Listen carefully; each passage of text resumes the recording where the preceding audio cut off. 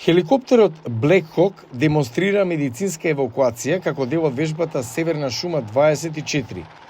Годишна вежба организирана оваа година од страна на финската војска. Со своето најголемо учество досега, САД испратија 2000 војници да учествуваат во вежбите. Војниците патуваа во конвој низ Норвешка и Шведска, симулирајќи го засилувањето на Финска, една од најновите членки на НАТО во случај на напад. Тоа е прв пат да вежба ваков маневар.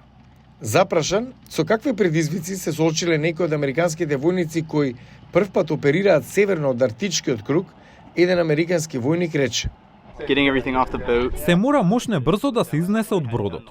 Тоа беше нешто што го немавме направено долго време. Аклиматизација на студот за многу војници, бидејќи не сме навикнати на тоа. Загриженоста за геополитичките цели на Русија во регионот е висока по незината целосна инвазија на Украина во 2022.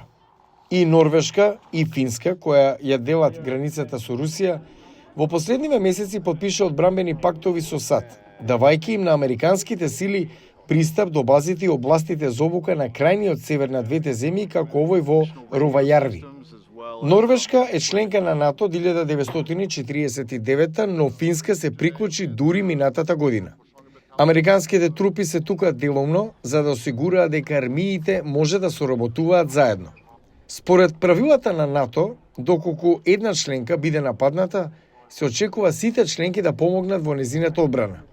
САД историски ја гледа Финска како партнер, но нивниот статус сега како сојузник во НАТО значи дека посветеноста на Америка кон неа е многу поголема.